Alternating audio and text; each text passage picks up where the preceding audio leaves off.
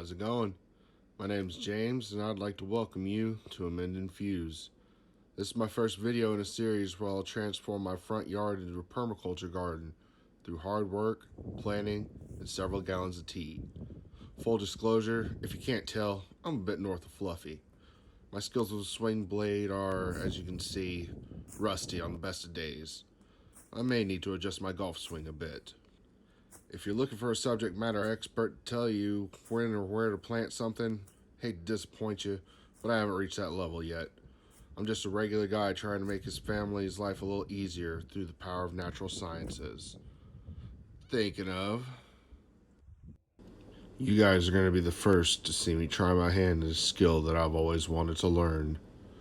And that skill happens to be... That's right, it's welding.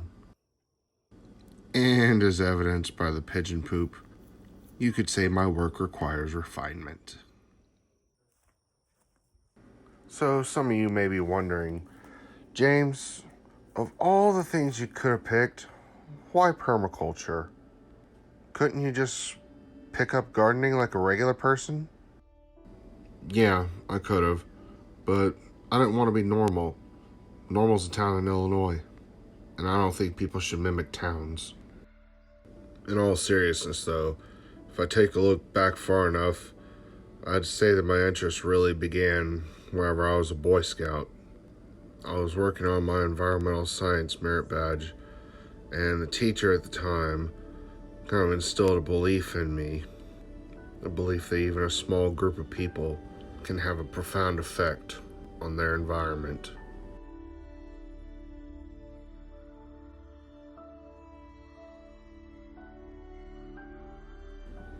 So at this point in the demo, I had to switch over to a machete since the swing blade couldn't exactly cut through some of the grasses.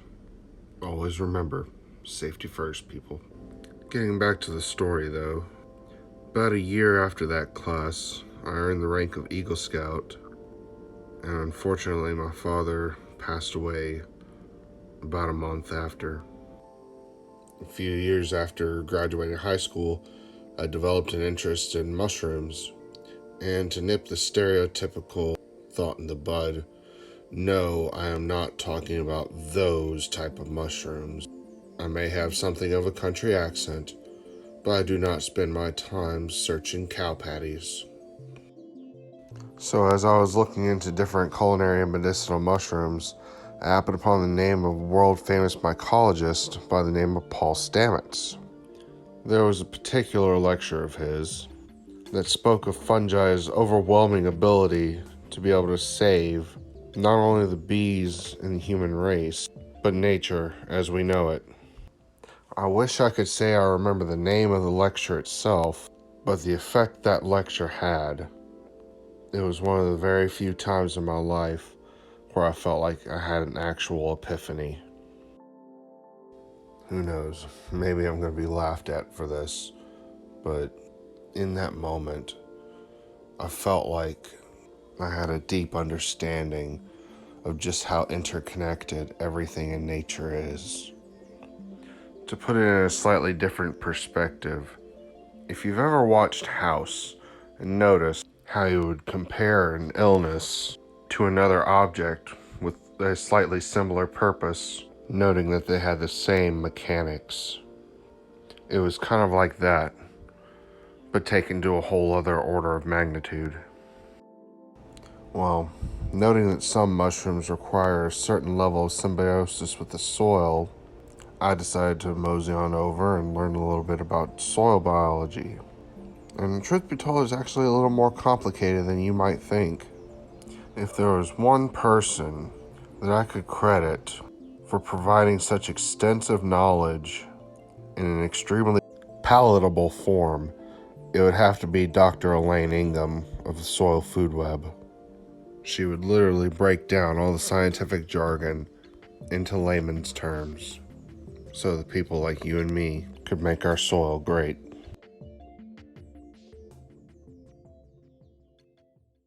Hey there guys, I wanted to deeply apologize.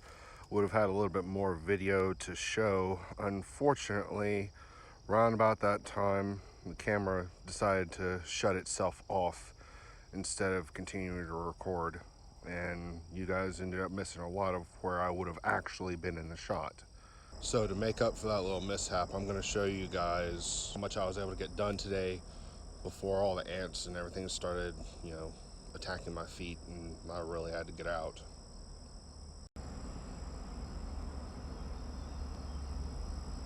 Yeah, that's a whole lot. And yes, I did decide to leave that thistle. And here's a case in point why I'm keeping that thistle. Back to what I was saying though. Dr. Elaine Ingham's decades of research has actually shown that we're not deficient when it comes to nutrients in the soil. Yeah, you heard me right. What we are missing, however, happens to be bioavailable forms of nutrient. So that begs the question then, why on this green earth would we be lacking in soil nutrients in a bioavailable form when it seems clearly evident that grasses and some brush seem to be doing oh so well right here? The answer being a lack of soil biology. Yep. The protozoa, the nematodes, the microarthropods, even all the fungi and bacteria, they all need to be present in the soil. And that seems to beg another question. As long as this earth has been around, why isn't there biology in every square inch of soil now? Well, I'm pretty sure that a more complicated answer may be warranted. I can't help but shake the feeling that some of our quote-unquote modern agricultural practices may be at least partially to blame. So, what kind of practices in particular am I talking about? Honestly, there's two big ones that come to mind. That would be rototilling and synthetic fertilizers. Yeah, I know, I'm probably going to catch a lot of flack for it, but that's honestly my belief. You see, whenever you rototill, you're not just breaking up clumps of dirt. You're actually destroying habitat for all things like protozoas, nematodes, microarthropods, bacteria, and fungi. Not only that, but whenever you till, you're also creating a compaction layer, and that ends right where your blades stop touching. And if there's one thing that water doesn't like to do, it's moving through an area with much higher density. And then comes problem number 2, the synthetic fertilizers, which in the short run might give you a boost in fertility, but let's face it, after the season's over, what do you end up doing?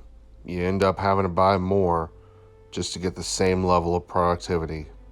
What's more, when the synthetic fertilizers get put into the soil, natural soil biology has a difficult, if not impossible, time of trying to digest the material. And what happens when an organism can't eat? Well, one of two things.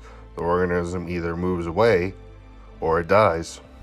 So, to make the long story short, in order to change the dirt that's usually on the ground into soil, you have to reintroduce native soil biology to the area. And, since this particular paradigm is predicated on the thought of getting back in tune with nature, I figure, what the heck? Let's make it to where nature does 95 to 98% of the work. So not only would your soil be much healthier, you could also get potentially much larger harvests for a much longer period of time for a lot less money in the long run. Let's also remember the added bonus that by restoring the balance to your soil, you're actually creating much more arable land that can potentially stick around for many, many generations. And by applying some of these principles over larger areas, in the grand scheme of things, it's quite possible to reverse most of the damage that's been dealt. Isn't that amazing? I mean, really, thinking about it, being able to reverse desertification, potentially turning clay into topsoil. Some of the big possibilities are out there. We just have to seize them. We literally have the technology, and all we need is the willpower to make a difference.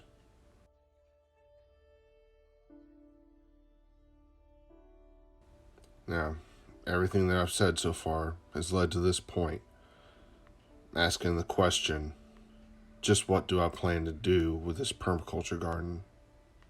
In all honesty, I've broken this up into 4 different sections.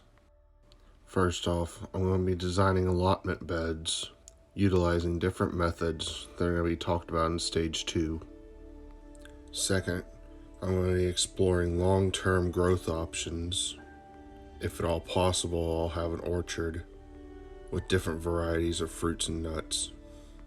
Third, I'm going to need to design different systems in order to sustain fertility without the use of outside material.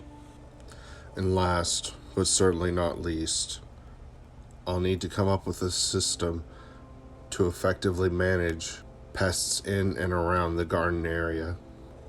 And no, the butterfly there does not count, obviously. Always, always love your pollinators. In getting this garden started, I've purchased seeds from companies like Baker Creek Heirloom, which literally has thousands of different varieties of plants to choose from, each cultivar with their own particular story. If you get the chance, go check them out. Oh, and if you got a little extra time, go ahead and check out my Facebook page. It's under the same name, Amend and Fuse. Or if you like, attached to my YouTube profile, there's a link to my blog page, which I'll be mentioning in a few seconds. Please let me know your thoughts in the comments below. So once I'm done with all the clearing, I'll be able to proceed to stage 2. I'll be able to take that woody material that you just saw, and I'll be able to actually make something useful out of it. If you guys have seen some of my blogs, you might be able to guess what that something is. If not, go ahead and check it out. Let me know what you think.